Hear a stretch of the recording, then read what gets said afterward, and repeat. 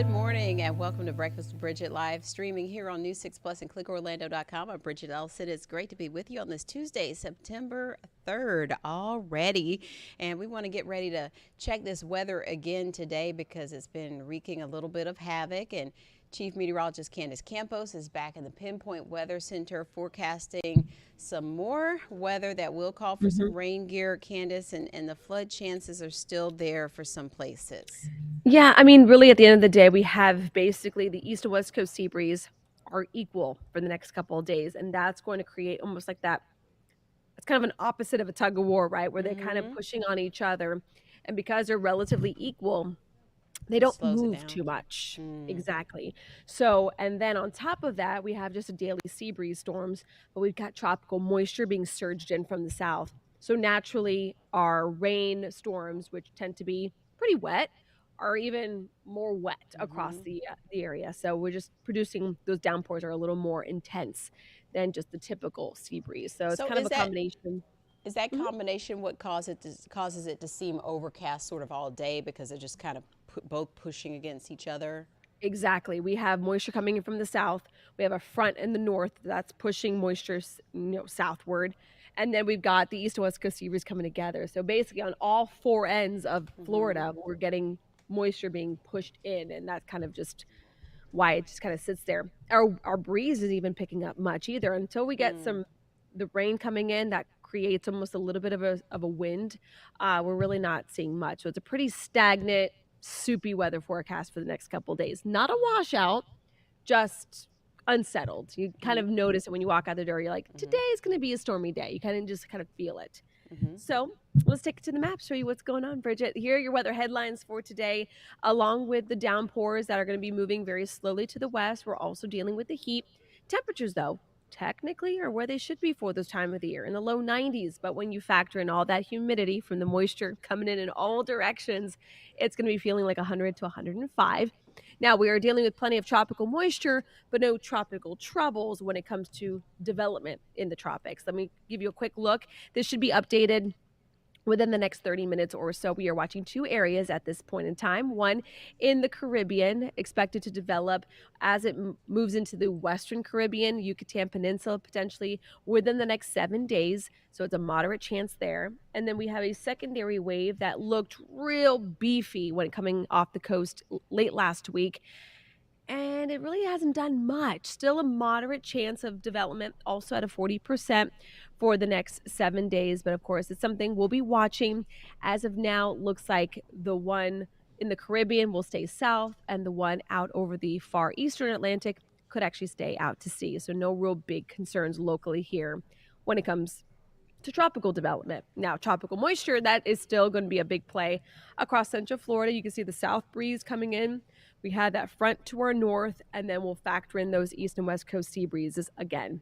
Clouds and rain forecast showing you those pop up scattered showers and thunderstorms along I 4 and 95 earlier in the day, and then that threat will start pushing a little further west into the afternoon. So by 3-4 o'clock, there will be some pockets of some heavy downpours for dismissal. Not extremely widespread, but there will be that chance. And then later on into the day, that threat will start shifting further out towards our west as the west coast sea breeze will basically start backing off a little bit. And it's basically like the game of chicken, right? The east and west coast sea breeze push and tug, and then one always kind of dominates at the end of the day. So that looks like it will be the east coast sea breeze pushing everything towards the Gulf Coast. Then tomorrow for your Wednesday, it's going to be the same story. We're going to have those scattered showers kind of developing along the east coast, pushing west, developing between I 4 and 75 between about 3 and 5 o'clock. So the moral of the story, keep the rain gear handy. The timing and location of the storms will differ from day to day, but at the end of the day, the coverage will stay the same. Lightning and flooding, those will be the kind of the two highest threats personally for me. I think that's really going to be the real concern today. Wind will still be there, but not extremely damaging or anything too concerning, with hail and tornadoes on the lower end of things. So I do take you here, hour by hour. 92 will be your high. Rain chances will be about a 70%. Still staying mostly cloudy throughout the evening. And as you get results here, their full 7-day forecast, got a lot of rain to talk about. Could rack up between about 3 to 5 inches of rain when this week is all kind of set and done, with those daily kind of downpours that we'll be seeing. So stay tuned and keep the rain gear handy. You'll need it. Yeah, just really, really hope that those that are getting hard hit with more rain than they can take right now won't have to have any more suffering today. But we'll hang in Right. I there. mean, and it's one of those things that it's not anything on that's the problem. We always worry about it. Are we, is there too much development going on? Is the drainage not doing what it needs to be doing? At the end Right. of the day, our systems aren't supposed to be taking in Noah's Ark every day, right? That's not what they're built for. And the way I was explaining it yesterday when I was Yeah. talking to Laverne about the flooding story is, you could have a sink that drains very well all the Right. time, but all of a sudden you dump a big old bucket of water with the faucet going on at the same time, you're going to have naturally a little bit of a delay in the draining of all that water. It's just a lot at a very short amount of time. So that's Right. where we're looking at those more of the short-term flooding. We're not The talking about downpour. tropical flooding where it's widespread everywhere, but unfortunately, still short-term flooding can still do damage to businesses, to cars, things like that. It's like a flash flood. All right. That's why we get those flash flood warnings. Yep. All right. Well, thank you, Candace. You're welcome. Keep the rain gear handy. Thank you. Well, we want to check in with Trooper Steve, and it's been somewhat of a busy morning, and had a little bit of breaking news. So, want to check in with you. How's it going? Well, the good thing is everything has cleared up, and we're in good. decent shape now this morning. So Bridget's right. We started off with a fatal crash with a bunch of cash all over the place. Still waiting on some information from the Florida Highway Patrol from that, but that was a fatal crash off of Tomoka Farms. That crash has been cleared out. It happened, Bridget, right around before midnight last night, and they didn't get to open that up till about 5:45, 6 o'clock this morning. Wow. So pretty nasty crash looking at those visuals that we had on the morning show. And then some little stuff here and there. We had a crash on 417 out by Lake Jessup. That has cleared out. So for the most part, the thing is just getting people to realize that the 3-day break is over and there's no like transition back to it. It's just suddenly wakata right in your face. Yeah. It's like, all right, everyone back to school. And then, we're going to give you a 3-day holiday and then right back to school on a Tuesday. And work. So traffic wanted to. Drive time's a little high this morning, though. They're starting to get on the increase this morning. So if you're out on I-4 headed eastbound this morning, things kind of slow if you're out there. So please be careful as you're out and about this morning. Your drive time, 34 minutes from Champions Gate to State Road 408. But keep in mind, there's about 4 extra miles to the west of there that is not calculating. So I just need you to be cautious. The red is there. The coolest thing yesterday was being here at work. Well, being here wasn't cool, but telling people there was no traffic. Bridget, anyone could go to the park yesterday morning and drive through Champions Gate, and it was a ghost town. It was absolutely insane. Westbound right now, we're back to those delays over on I-4 by 46, 46A coming in over Lake Monroe. So please just be careful this morning. And this is where that crash was on Lake Jessup. So whenever I refer to Lake Jessup, I'm talking Seminole, Volusia County. 417 crosses right over it. Bunch of alligators in there. This crash has been cleared out at the 44 and traffic moving real nice out there this morning. So if you're headed out towards the airport, kind of the residual delays of all these people kind of coming in, not bad. Your drive times to get there, pretty good, except for obviously coming in from Kissimmee, always a little higher to Simpson Road, of course, about a 32-minute drive. But our maps everywhere else showing pretty good, just routine. Be careful along 408. You're going to run into those delays headed downtown this morning. I-4 pretty good. Sand Lake, east and westbound through the Dr. Phillips area from about Apopka Vineland towards Turkey Lake. Look, we all know this area absolutely is trash when it comes to traffic at that intersection. And it seems like they're doing whatever they can to fix it. But every morning, you're going to have that delay out there. And then, of course, Four Corners still looking nice this morning if you're visiting us from out of town. So we started the morning off rough, but it seems like people got their wits together and said, all right, we need to focus a little bit out there this morning. So not too bad, and looks like no crashes to report. Nice. Let's keep it business as usual. Please, that would be very nice. I'll be out sliding out into the Pine Hills area this morning at 10 a.m. A viewer reached out and said within the past couple of months, they had like 5 crashes out there at this one particular intersection. So at 10 a.m. today, I'm going to go to that intersection and we're going to go and look at that. I'll even tell you where I'm going exactly. Give me 1 second here, pull up the calendar, and the intersection exactly is going to be Pine Hills Road at Londonderry Road. And the viewer, Jean Marie, says, seen 4 crashes there in 4 months. And they live right at the intersection. So we're going to go out there this morning. We're going to go look at it. We're going to dissect it and see what's going on. Okay, is it a light or like a stop sign type of intersection? That'll be a great question, and I'll figure that out once I get there on scene. I have no idea. And what makes me believe that it's probably a traffic light problem. Just because I was able to pull it up on the map briefly. I've never been specifically there, so I guarantee someone's going to be making a violation of right of way, and we're going to call them out today. Hopefully, we'll get results and fix that problem out there. All right, let's hope so. So that's at 10 a.m. right here. Yes, ma'am. Okay, we'll see you then. Bye. Thank you. So we want to give you some of the top headlines. You know, we talked about the weather news and how there had been some flash flooding and some damage just from some downpours over the weekend. So parts of Central Florida are still drying out from the holiday weekend flash floods, and so there was damage left behind in Thornton Park yesterday, and then there was a nonprofit that suffered some heavy damage where they have a pantry that helps those in need. So News 6's Azzy Castro has more from United Against Poverty. They're looking for people to help them clean up today. So show me, how high did the water come up to in this building?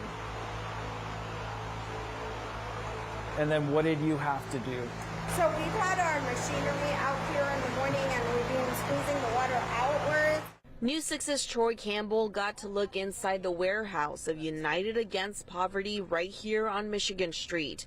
On Sunday, part of the store, which helps low-income residents, got flooded. This cell phone video here shows just how bad things got. Never happened in the 22 years. We've never had water surging into our facilities. Angeli Vaya is the executive director here and says while some cleanup is underway, she's in need of volunteers who can come and help out. And you can smell the mold. We have sprayed some mold spray and some bleach and other things, but it still smells disgusting in here. So really hope that we can get results and folks can come out and help United Against Poverty get back on track so that they can keep serving those who are really in need of their services. And so less delay, the better, because the demand is there. Also happening today, a big vote in Flagler County. The school district is looking at some options for keeping student athletes safe and preventing tragedy. So our Mark Lehman has more on the school board set to decide on EKG screenings for teenage athletes and why supporters say that this could help them detect potential heart problems before a major issue pops up. Today, the Flagler County School Board will be voting on making electrocardiogram screenings mandatory for student athletes. I feel like parents in Flagler County really need to understand the ramifications of what's being voted on. Sean Sema is the impact director of Who We Play For, an organization that raises awareness about how the screenings can detect heart conditions in young people. And the simple fact of the matter is the stethoscope, history, and physical, which is the standard right now, misses most things that are going to kill our kids. Flagler County will be going through 4 options. The first 3 would require screenings either annually, twice a year, or just once during high school. The 4th would keep the screening optional. In all cases, a parent can opt out. Flagler County's vote comes after several other Central Florida districts have made the screenings mandatory. The founder of Who We Play For telling us it's something that can prevent a tragedy. Other countries, it's required for all students, and hopefully at some point the United States will make that to elevate the standard of care for our students and student athletes. And so we will certainly keep you posted on what they decide in Flagler County. Now to Volusia County, where lifeguards, we've been reporting about a shortage for a long time now in filling all of those openings for lifeguards there in Volusia County, but they are looking at boosting the pay so that they can retain and hopefully get more lifeguards there. They're going to sign off, the county council is going to sign off on a new agreement with a 5% wage hike that will be retroactive to this past January, and it also sets the new minimum pay for lifeguards to $19 an hour. That's up from $17, so that is some good news in terms of making sure that we have the lifeguards we need in Volusia County. We're taking a quick break. We'll be back with more top stories for you right here on Breakfast with Bridgett. This morning in our top headlines, we have some news about A1A. We frequently talk about how parts of it really get damaged because it is right there along the coastline. And anytime we have big storms come through, that storm surge, of course, can cause erosion to the sand dunes, the sand, as well as the roadway right there, A1A, running along the beach. So when it comes to repairs, it seems like it's ongoing. And so out near Ormond by the Sea, that's one area where they're having some trouble getting things restored. So News 6's Catherine Silver explains more about some work on a brand new much needed seawall that will hopefully give some relief, and the construction is beginning as early as today. From Flagler to Volusia, Florida's Department of Transportation hopes to protect miles of A1A and this coastline from erosion. We're driving some of that stretch here in Ormond by the Sea, so we can see exactly where construction starts this week on a new seawall. FDOT already started construction on a wall in Flagler Beach in the spring. Here in northern Volusia County, you'll see work happening in two places, south of Sunrise to Marlin Drive, where Loggerheads is, and then north of High Bridge Road to the county line. Drivers should expect rolling lane closures as soon as Tuesday. Construction crews will start adding sand to create a platform and then start drilling the piles for the wall this fall. The total cost in both counties is more than $100 million, according to FDOT. It should be complete next year. I want to show you why they say the cost and construction are worth it. Depending on where you are on this beach, look at the drop-off. It's significant. At risk are homes and businesses. People who have watched this beach get washed away by rough surf and strong storms. The storms seem to be getting worse. We have more than we used to. Sang Robertson has lived in Ormond for 51 years. She's seen so much change in that time. I used to own a home on the Ocean Shore Boulevard, and now the steps to it after the last hurricane are sitting in the air. Who could forget these images after Hurricanes Ian and Nicole? As we enter the height of this hurricane season, what this community needs are long-term solutions, and FDOT says this is one. We need the beach for income from the tourists, so we'll see. In Volusia County, Catherine Silver, Getting Results, News 6. As always, an ongoing project there because the beach is always changing. But we want to talk about the future of space now. And this is from James Sparvero. So I don't know if you may remember this story about space balloons. And so this would be space tourism, non-astronauts able to travel to space on these balloons. And so there's work being done right here in Central Florida on this. And so we told you about a factory last summer making the balloons meant to take tourists to the edge of space. And so now James will show us a close-up of the luxury capsule while it's being moved through Port Canaveral. Over the last several years, as SpaceX has broken its own records with rocket launches, we've grown accustomed to seeing the boosters here at Port Canaveral. But here's something from the space industry you don't see every day. Next to that rocket booster, there's a space perspective capsule. That's the capsule from the company that wants to take you up 100,000 feet to see the curvature of the Earth from a space balloon. It's my first time seeing it here at the port. Another photographer out here to see Spaceship Neptune. I just met Robert. He's photographing right now. Robert tells me he actually contacted the company about riding the capsule. Robert, tell us about that process. You really wanted to ride the balloon. Yeah, I heard about it because I follow everything in aerospace, and now I've been waiting to hear when they're going to have some good news and then save my pennies. So to be clear, Robert has not bought a ticket. Those who are interested, it's about 125 grand, which they say is the cheapest access to space, right? Yes, less than half anything else. Well, what are your first impressions looking at it? Think it's a good-looking capsule? Oh, I love it. Very aesthetic. I'd love to see the view from inside. Those windows are pretty big. Yeah, lots of glass. I love it. Those of us in the media, we had a chance to speak with Space Perspective, their CEO, Jane Pointer, last year at their facility in Titusville. Here's what they told us at the time about putting this all together for paying passengers. Price is part of the accessibility. We are certainly less expensive than any other way to get to space, but it's also accessible because it's so comfortable, it's so gentle. There's no training, there's no special suit, any of that, no high G-forces. And when I met Jane a year ago, Space Perspective was targeting this year for its first flights. Now the company says that could happen in 2025. At Port Canaveral, Brevard County, I'm James Sparvero, Getting Results, News 6. All right, so we're going to see who from the News 6 team will go up in the balloon first next year, 2025. That's coming very soon. So if money weren't an issue, would you take this balloon ride to space? We asked you this morning in an online poll if you would like to take a ticket to ride on spaceship Neptune. And so it was 25% that said yes, they would try it out. About 75% said absolutely not. But you can go online right now at clickorlando.com/react. Let us know what you think. Check out the current results and see, who might be with you on that fantastic voyage. All right, so we want to talk about used cars. Have you been in the market for a vehicle lately? If you haven't noticed, new cars, the prices are crazy. So they're around $50,000 and up here for new cars. And so finding a used car is a much better deal these days when it comes to avoiding sticker shock. So News 6 anchor and insider guy Crystal Moyer has the latest from Consumer Reports about a first ever brand ranking for used cars to help you find the best, most reliable vehicle to fit your budget.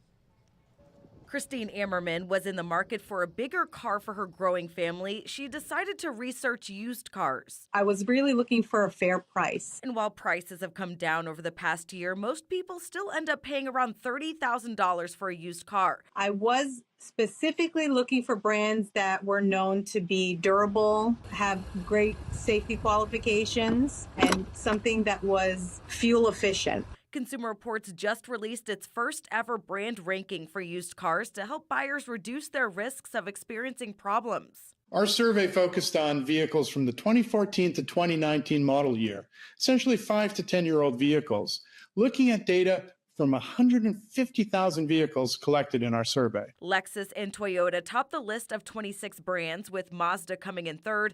All three brands have consistent, average, or better reliability ratings over the years. Acura and Honda rounded up the top 5 brands. At the bottom of the list, Tesla, Dodge, and Chrysler. And even though some cars are known to stand the test of time, not every model year from every brand, even a solid one, is created equal. Among the Consumer Reports' top picks for used cars is the 2017 Chevrolet Cruze for under $10,000. And the Honda HR-V from 2018 is available with top safety features. And if you're shopping for a pickup truck, the 2015 Toyota Tacoma strikes the right balance between dependability and towing power. All right, so those are some pretty good deals. The issue is finding one, right? So you have to be on the hunt and maybe, if you have some friends in car sales to help you out on picking one up as soon as it becomes available. But it is definitely more competitive now to get a good deal on a used vehicle. So you might have more luck with a private seller. Consumer Reports survey results show that customers buying certified pre-owned cars report fewer problems than used cars bought from other sources. I'm a big CPO fan. That's always been the way that I go, because then you kind of get the used car price, but you also get a little bit more of a guarantee on some things from the dealership with some of the things that might come up and go wrong. But if you want to take a look at this, go to clickorlando.com/insider, where you have access to exclusive content like this, especially the Consumer Reports information, which is free when you sign up to be an insider. You get those reports as well as other great chances to win contests that we have going on and giveaways. Speaking of which, right now we're giving away some tickets to go out to Orlando Science Center, and so this contest ends tomorrow. Head over to clickorlando.com/insider, enter to win. And if you're not an insider yet, sign up for that first, then you can enter to win contests like this. But we're giving away 2 family 4-packs of tickets to the new Life exhibit at Orlando Science Center. If you've not been, it is amazing because you're getting so up close to these animals, and it feels like you're at an exhibit at the zoo. So you sort of get the experience of the Science Center, which is very hands-on, educational. Then you also get, just a little splash of zoo mixed in right there. And usually it's kind of a long wait. You want to sign up to check out Life when you get there so that you can get a time slot to then go down there to the Life exhibit, which is down on the bottom floor of the Science Center. But it's an amazing day out there. The great thing is it's indoors, which, with the weather lately, that can be a lot. So it's a good activity. Sign up to win those. Also, we're hitting the road to Melbourne. If you haven't heard, we will be live from Squid Lips on September 18th from 4 to 7 p.m. in Melbourne. We hope you'll come out and meet your favorite News 6 team members. If you have any ideas for stories, there's still time to let us know. clickorlando.com/hitstheroad. And before we go, did you want to take a ride in that space balloon? Let us know. You can head on over to clickorlando.com/react. And so far this morning, it was about 25% said that they would try it and 75% no. So let us know. And that's going to do it for us here on Breakfast. We'll see you back here tomorrow at 7:30. And I'll see you today at noon for WKMG News 6 at noon. Take care.